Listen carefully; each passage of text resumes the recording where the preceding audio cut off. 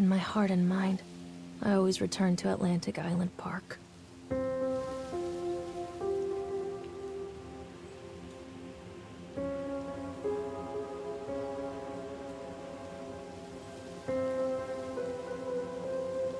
Where's Mr. Bear? I haven't seen Mr. Bear, Callum.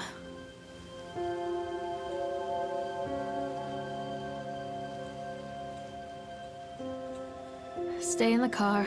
We'll go and ask information.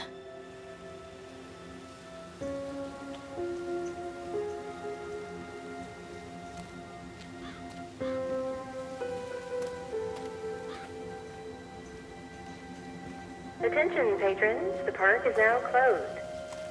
Please make your way to the car park at your earliest convenience. Employees prepare the park for shutdown.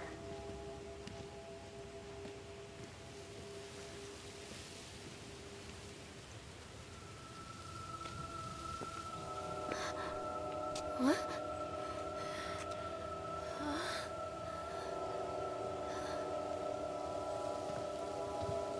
Hey, Lorraine. Lorraine. Don't blame yourself, Lorraine. People lose things all the time. Take a deep breath and think about the last place you saw your son's teddy bear. Hey, stop! I think your boy just ran into the park.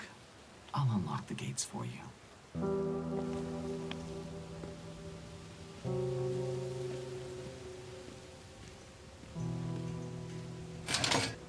Wait for Mommy, Callum! Come on, Mommy!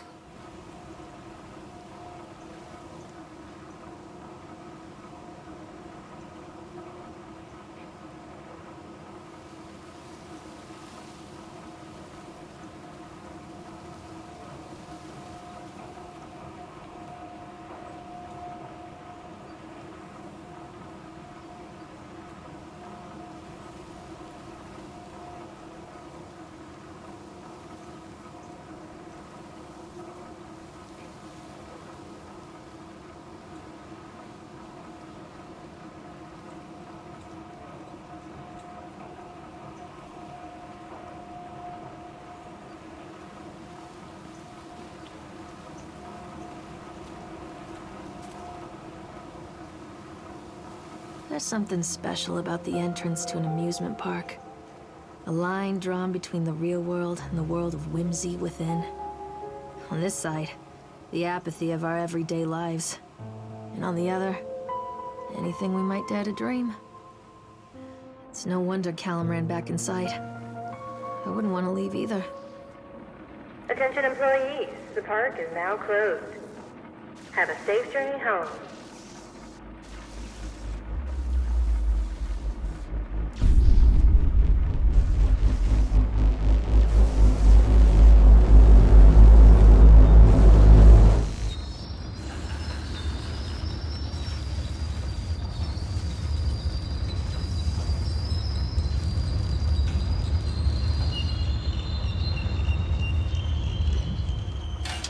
Oh God. The park. What happened here?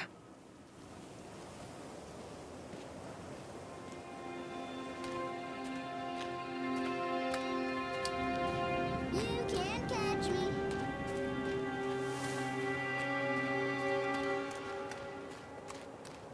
Callum, stay where you are! Come back.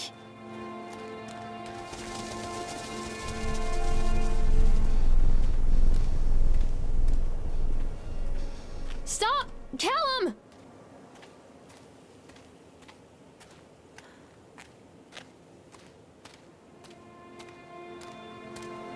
Come out, sweetie. Over here.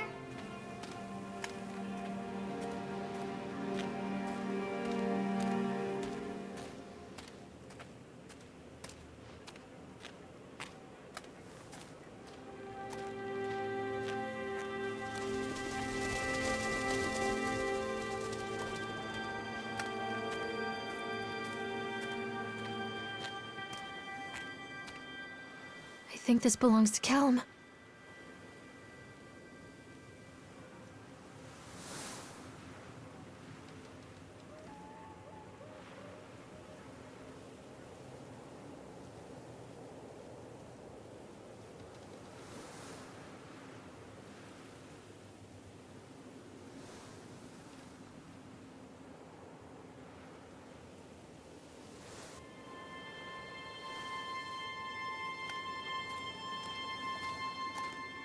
Chad the Chipmunk, huh?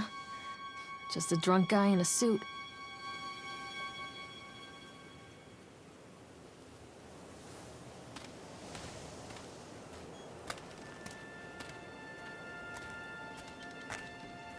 I wonder what this is.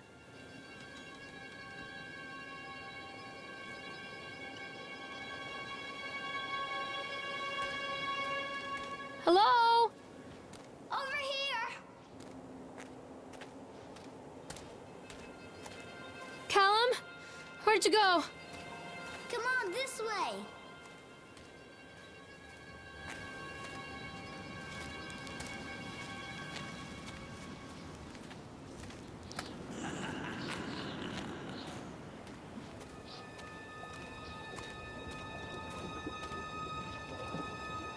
Callum, stay where you are! I'm not playing anymore, Callum. Come on, Mommy! Where did you go?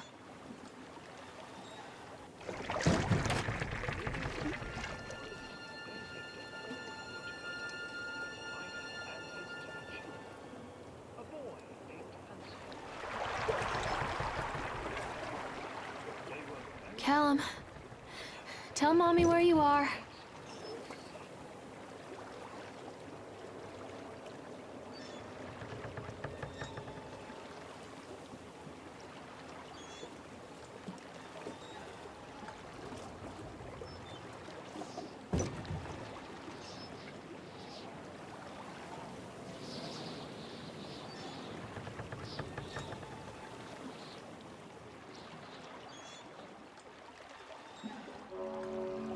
Near a great forest, there lived a poor woodcutter, his wife and his 2 children, a boy named Hansel and a girl named Gretel.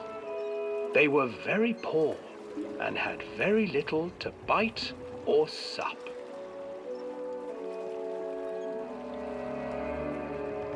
"What will become of us?" the woodcutter asked his wife one night. "I tell you what, husband, we will take the children into the thickest part of the forest tomorrow and abandon them there." "No, my wife, I cannot do that," said the man. "Then we will all 4 starve, you fool." Hansel and Gretel overheard their parents talking, and Gretel began to weep. "Do not fret, Gretel," Hansel said.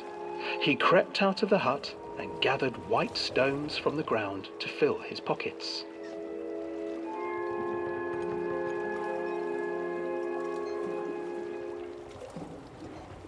The next morning, the woodcutter leads the children into the forest. Before they leave, their mother gives them a slice of bread and warns them that they will get no more food that day. Clever Hansel leaves a trail of white stones behind them as they pass into the woods. When their father leaves them, the children wait a while, then follow the trail back to their parents' house.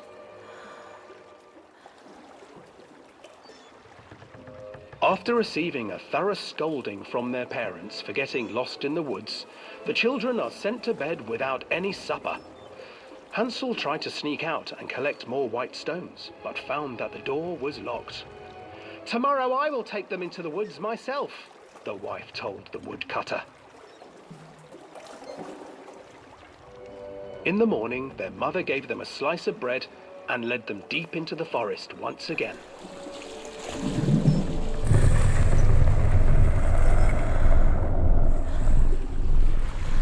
Hansel broke his bread into pieces and left a trail of breadcrumbs to lead them safely home. But hungry-eyed birds snatched up the breadcrumbs and his trail was destroyed. Abandoned by their parents and unable to find the trail home, the children wandered in the forest for 3 days.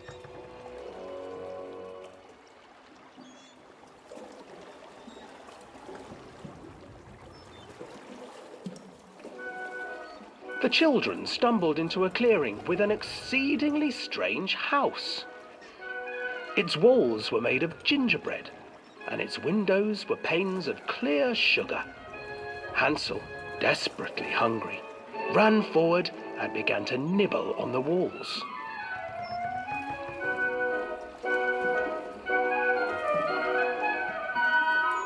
Nibble, nibble, little mouse.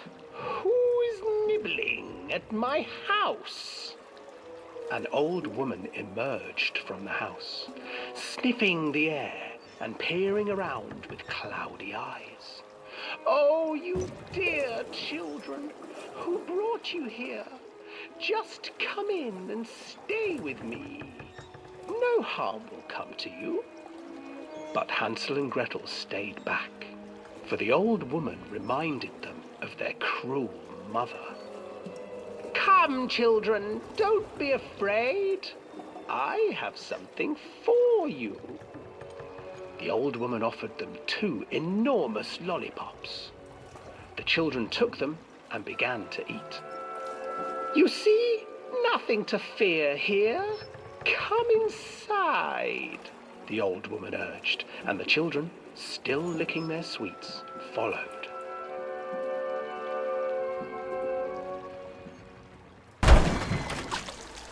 Once inside the house, the old woman changed.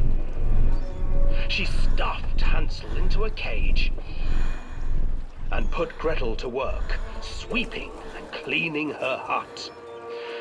Your brother will make a good mouthful, the old witch told Gretel. Once he is fattened up, I shall feast upon him.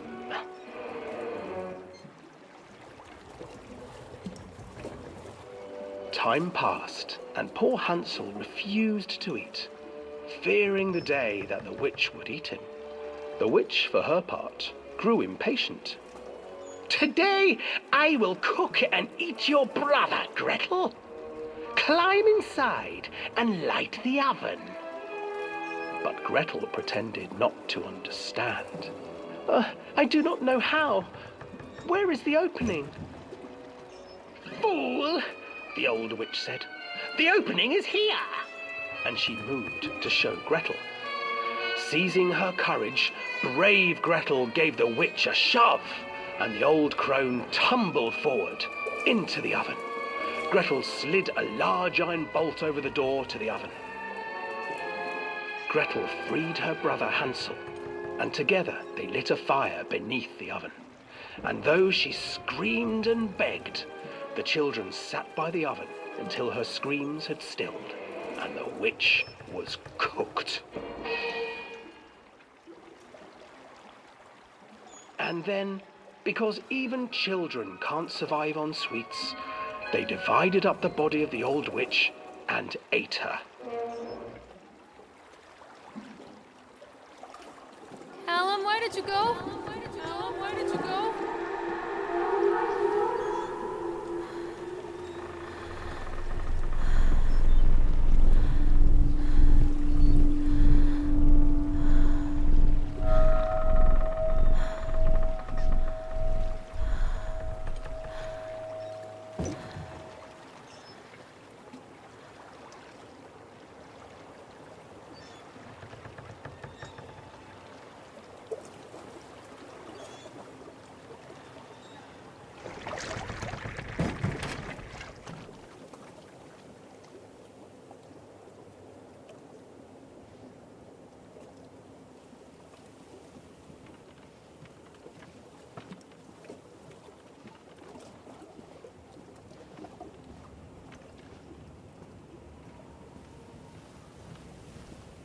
Hansel and Gretel.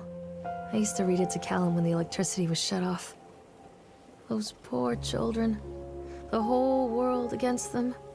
The forest, the birds, the old witch, even their own parents. I used to imagine that Callum and I were the kids in that story. Not mother and son, but brother and sister, hand in hand against the unkind world. We were always hungry, looking for our own house made of candy. Looking for the sweetness that could take the pain away. Hunger leads people to desperate, terrible places where the tree branches reach like claws.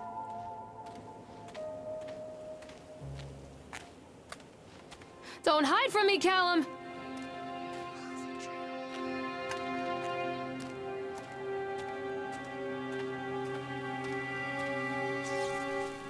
Wait, Callum! Another accident. This place.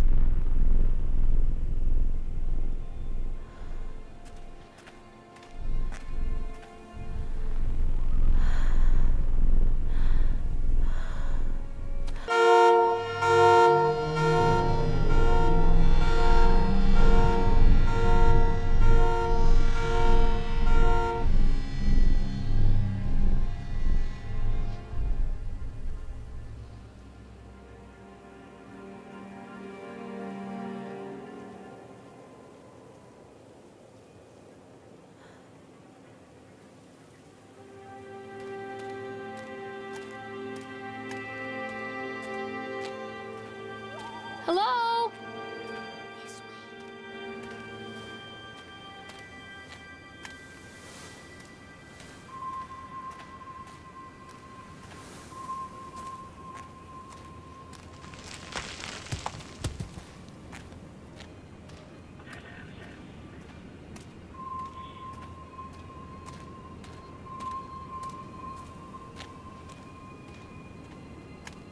Callum, stay where you are!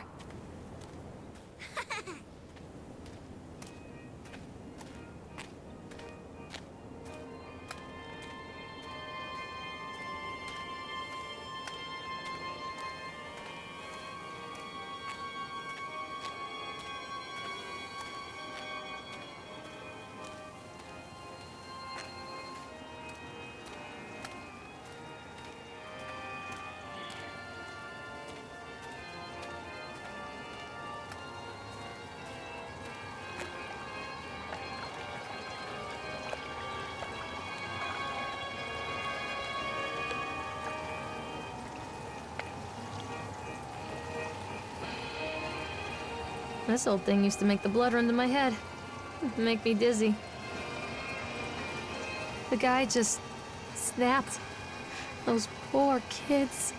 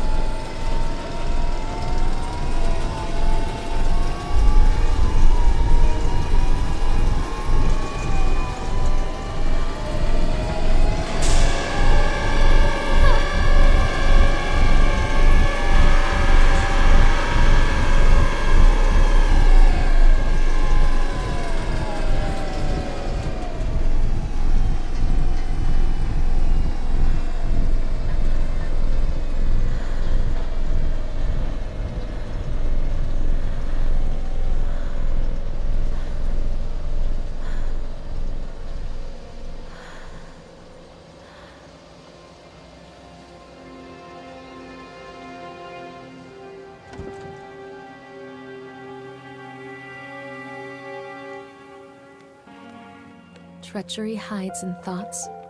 Treachery that lashes like a whip and scars our insides.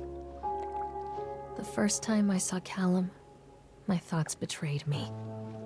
I looked down at this wrinkled, red, bawling thing and I thought, is that it? We build our world from expectations, and the world that I had built for Callum was no different.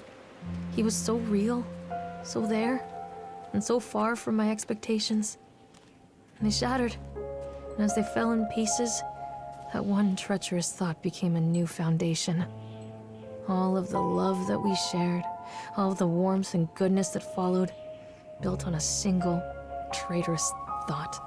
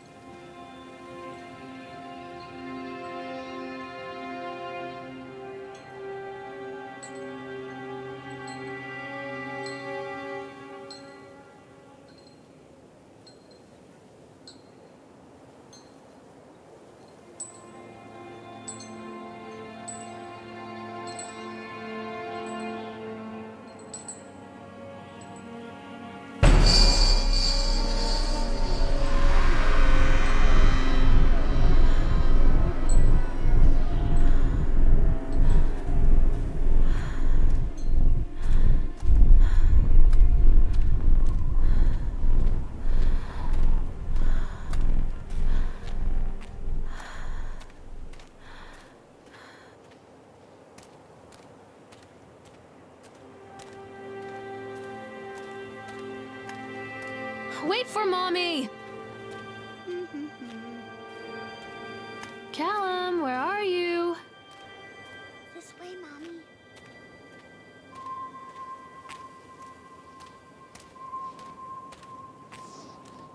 Constant crashes and 80s music. I guess it floats someone's boat.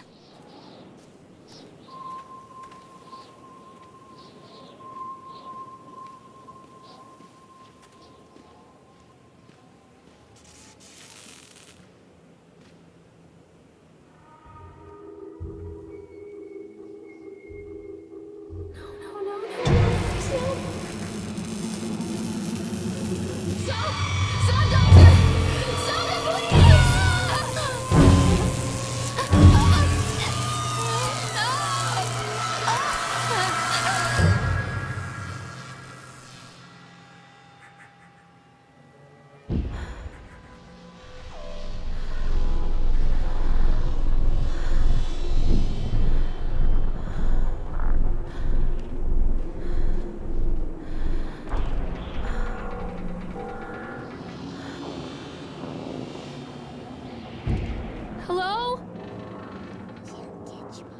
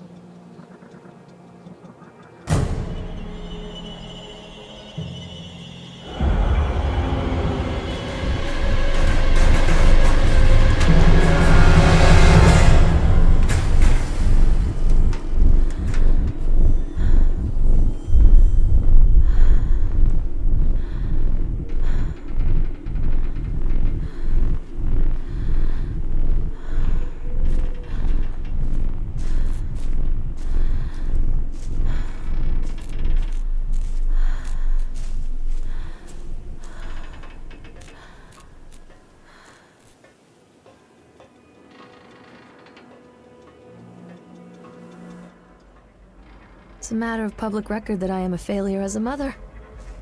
Once, when Callum was very small, I left him asleep in the car while I ran an errand. Don't even remember what it was. When I came back, the sheriff was standing next to the car, watching my boy through the window. I didn't like what I saw in his eyes. Judgment. He wrote me the ticket without saying a word. Just the scratch of his pen on the notepad. When he gave it to me, our eyes met. I know what you're going through. My daughter, Helen, she just gets some help. Help was a bolt of lightning. Help was 1,000 volts surging through my veins. Help is agony. I'd rather die. I wanted to scream. I'd rather you pulled your gun and shot me. But instead my mouth said, "Yes, Sheriff."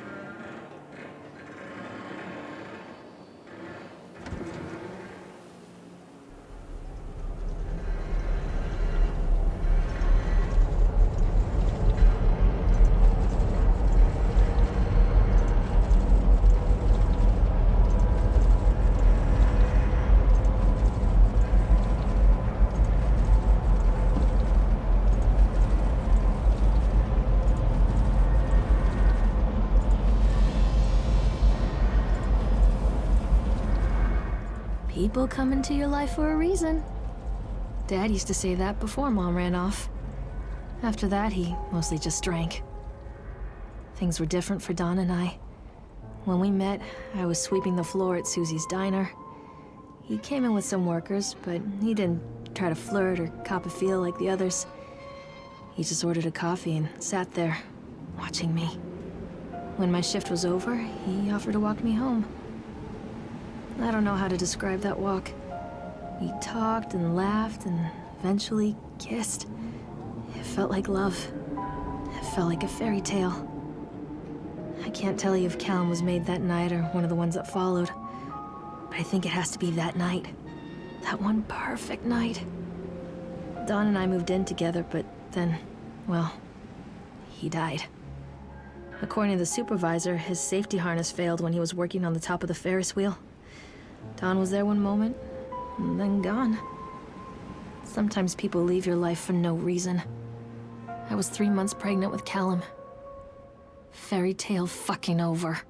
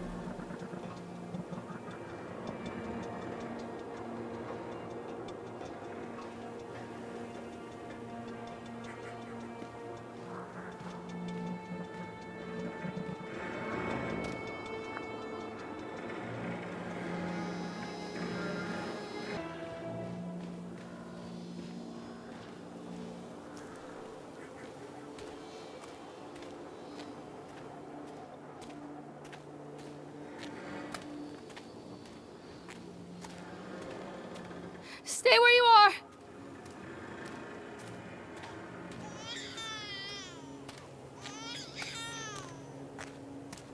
Callum, where did you go?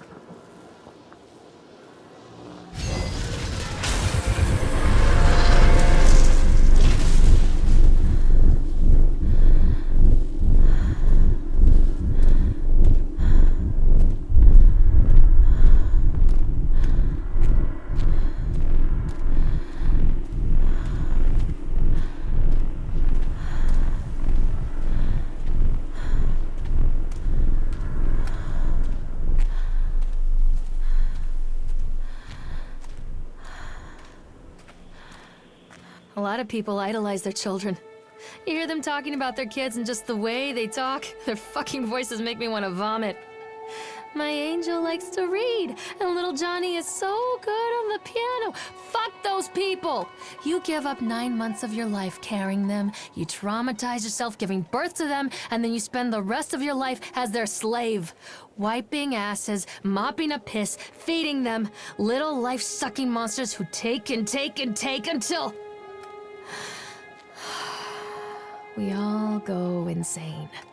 Any parent who pretends otherwise is just dishonest. That's called choice supportive bias. I am honest. Callum really grinds my gears, and he owes me everything. Everything. It'd serve the little fuck right if I just abandoned him. Where are you, Callum? I always wanted to ride this one. Never got around to do it before. Stay where you are!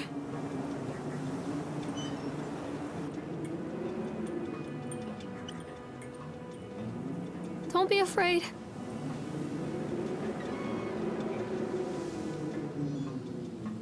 Mommy is coming, Callum!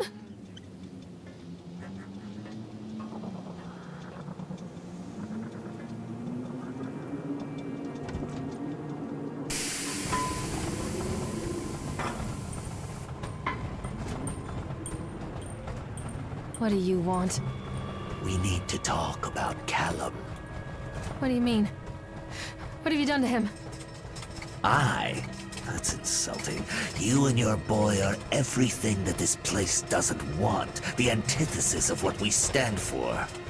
Where is Callum? The poor child. He tried so hard to do what he was taught. He even left you a trail of breadcrumbs. But the park is just so hungry. Tell me where my son is. The witch has him now. Has both of you. No happy ending here, I'm afraid. Just leave me alone. Fool. You always were.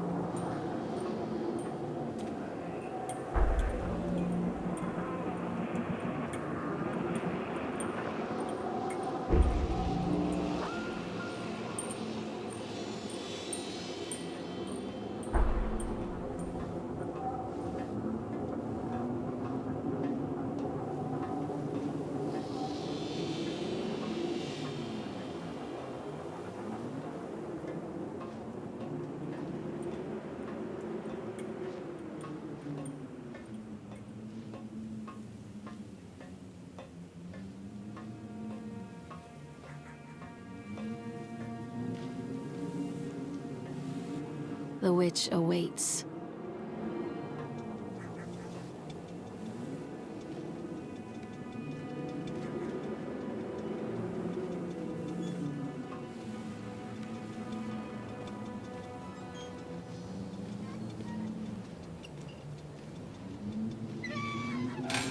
Callum has bruises on his arms, finger marks. Someone has been hurting him. I've asked him, demanded really, to know where he got the marks. But But he doesn't want to answer me. Something has scared him into silence. He doesn't dare talk. He's been changing too. Something sinister lurks in the darkness behind his eyes. I catch him staring at me at odd moments.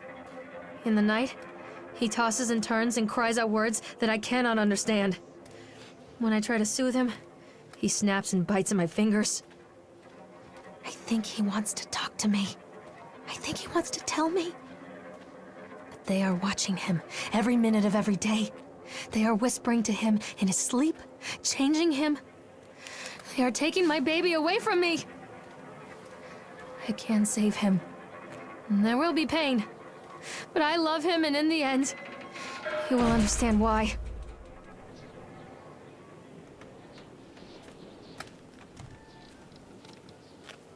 The whole town was shocked by that one. Never found out who did it.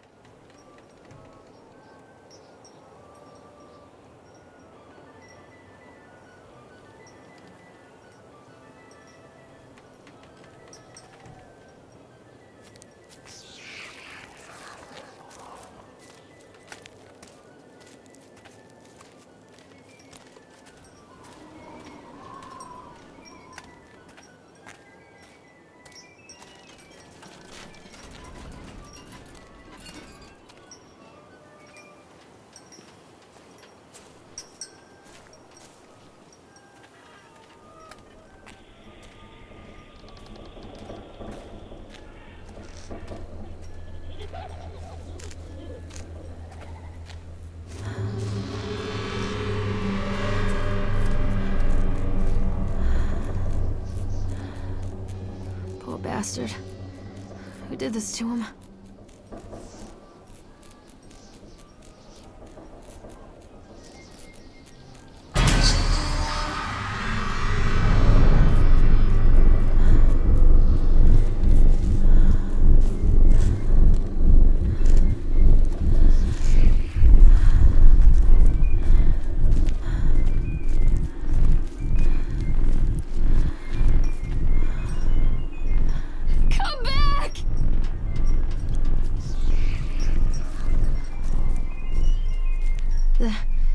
These are mine.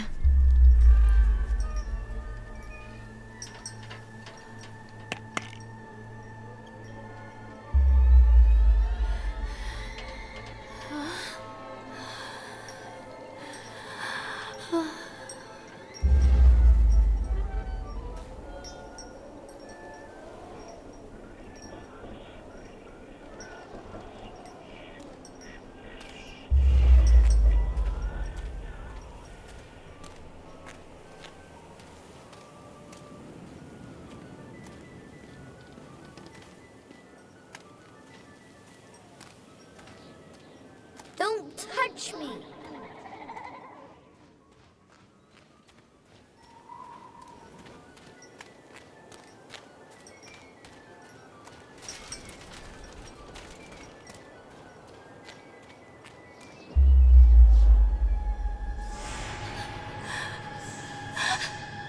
Oh God, no!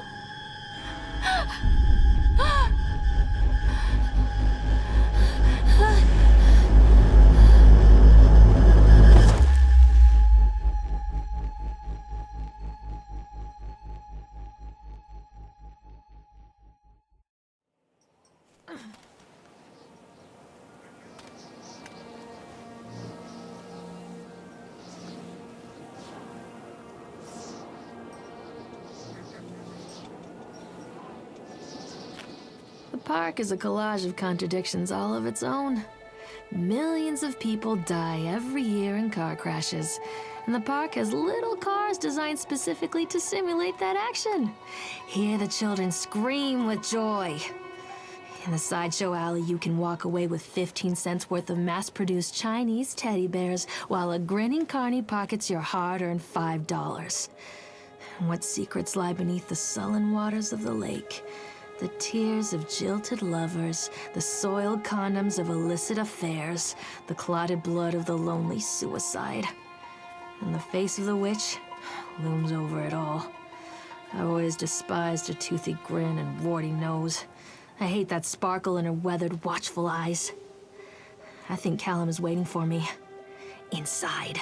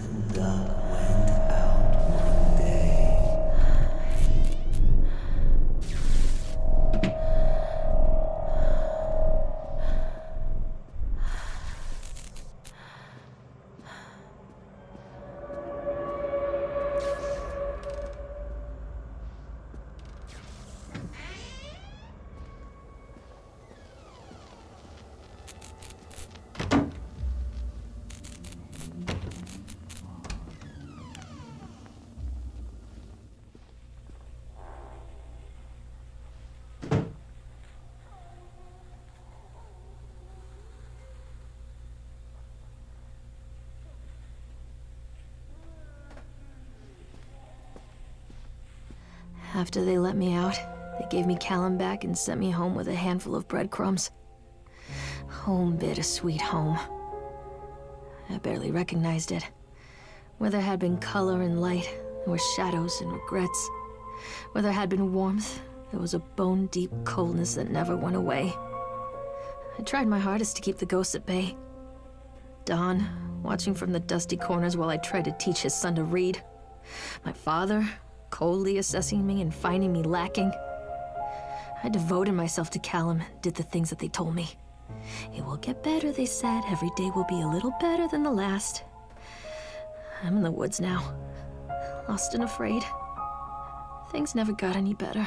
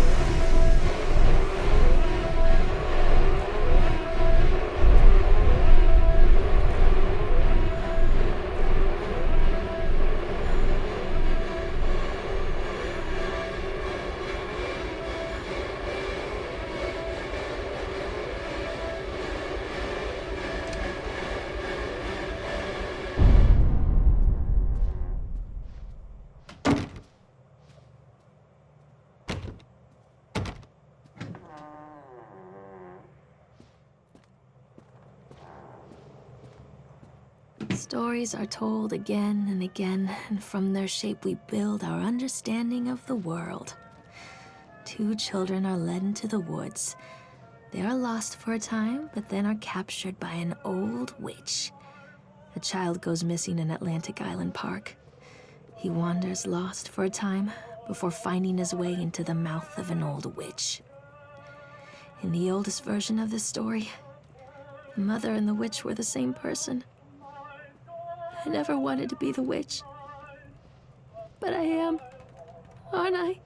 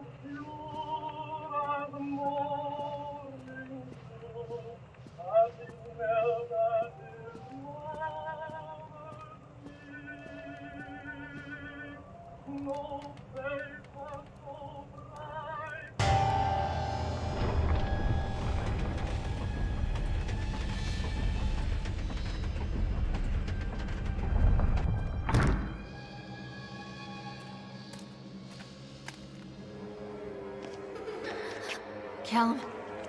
Callum?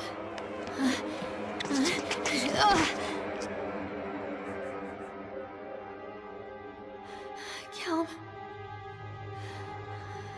Callum? Callum!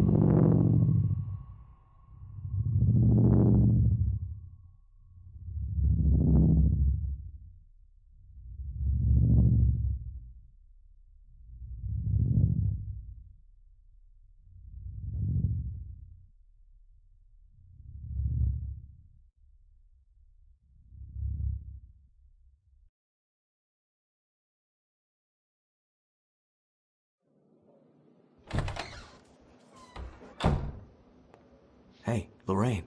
Lorraine. Don't blame yourself, Lorraine. People lose things all the time.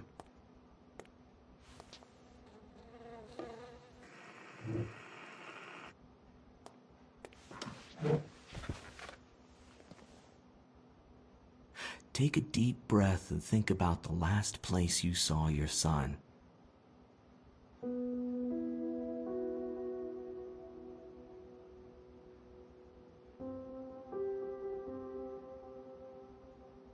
In my heart and mind, I always return to Atlantic Island Park.